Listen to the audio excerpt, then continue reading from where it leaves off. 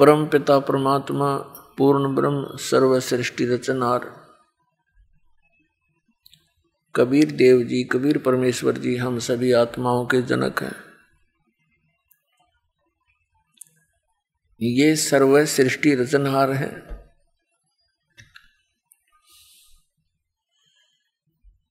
और हम सभी प्राणी जितने भी काल के इस लोक में हम फंसे हुए हैं,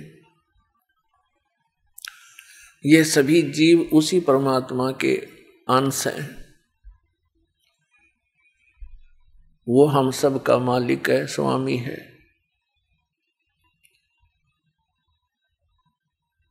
पुण्यात्माओं, सौभाग्य आपका मनुष्य जीवन ऐसे समय में है जिस समय परमात्मा ने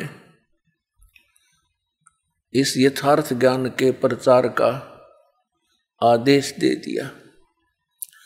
और ये मोक्ष मार्ग है। अब ये मोक्ष समय है। ये वो समय है जिसको हम मोक्ष समय कह सकते हैं।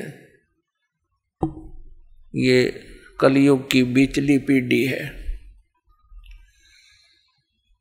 पहली पीढ़ी, प्रथम चरण, जब परमात्मा कबीर देव जी, कबीर साहिब जी काशी में जुलाहे की भूमिका करने आए थे, वो प्रथम चरण था। फिर परमात्मा ने कहा था कि जब बिचली पीढ़ी का समय आएगा तब तक इस मूल ज्ञान को और मूल मंत्र को यानी सतनाम और सारनाम को सार्वजनिक नहीं करना है, गुप्त रखना है। इसका कारण आपको पहले भी बताया। इसका कारण ये था कि काल भगवान ने परमात्मा के ही बच्चों को, उस परमेश्वर के ही बच्चों को मिसगाइड करके अपना स्वार्थ सिद्ध कर रहा है, उनको संत पद देकर, क्योंकि वो पिछले जन्म के पुण्यकर्मी प्राणी होते हैं जो गुरु पद प्राप्त करते हैं।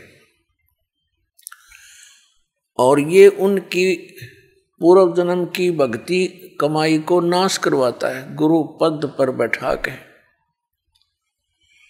और दोषी अपराधी बनवाता है परमात्मा के उन भोली आत्माओं को रास्ता गलत बतवा के। अपने आत्मा कोई व्यक्ति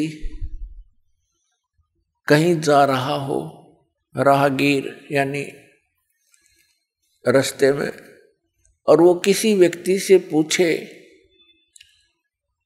अपना गंतव्य स्थान, और जिस व्यक्ति से वो पूछ रहा है वो कहता ये है कि मैं यहाँ सबक क्षेत्र का जानकार हूं, और वो दिशा गलत बताता है, और वो व्यक्ति उस पर विश्वास कर लेता है, यात्री, कि ये कहता मैं यहाँ का पूरा जानकार हूं, तो वो दिशा गलत जा करके अपने यथास्थान के विपरीत चला जाता है। तो फिर वो कितना दुखी होता है, उस व्यक्ति को कितना अच्छा व्यक्ति मानेगा या बुरा, ये तो अंडरस्टूड है। आज यही दशा इन नकली गुरु और पंथों, मंडलेश्वरों, आचार्यों और शंकराचार्यों, इन परम धनियों की है। हमारे सदग्रंथ कुछ बोलते हैं, ये हमें कुछ बताते हैं। तो पुण्यात्माओं,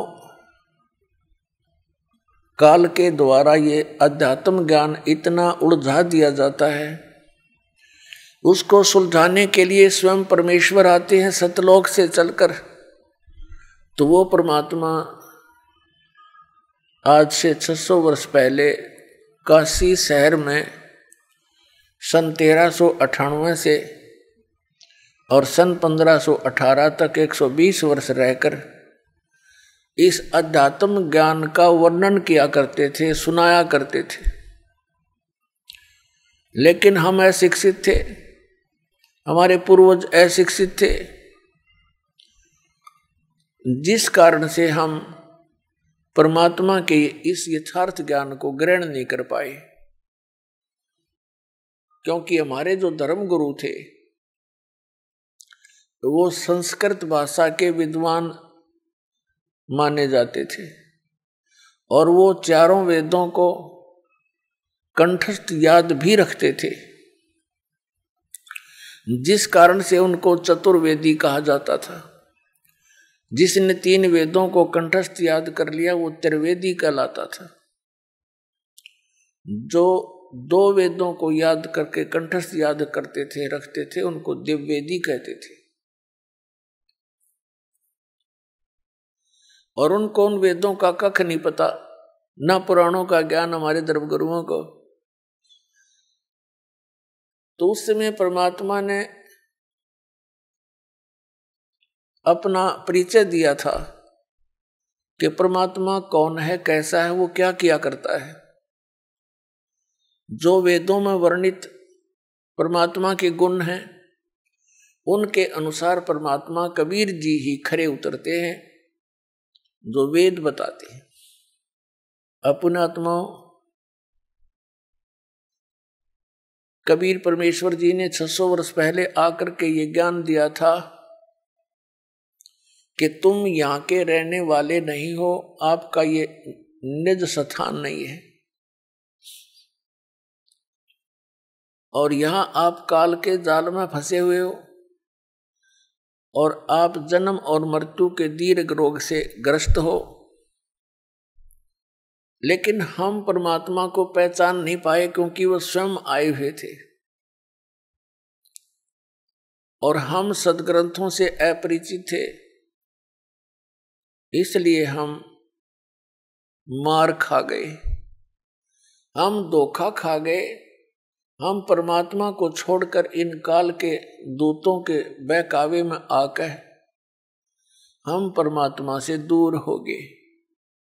लेकिन वो दयालु, उन्होंने रहम किया, हमारे को उसमें भक्ति युक्त कर गए, हमें कुछ चार्ज कर गए, जिस कारण से हमें मनुष्य जीवन मिलते आ रहे हैं।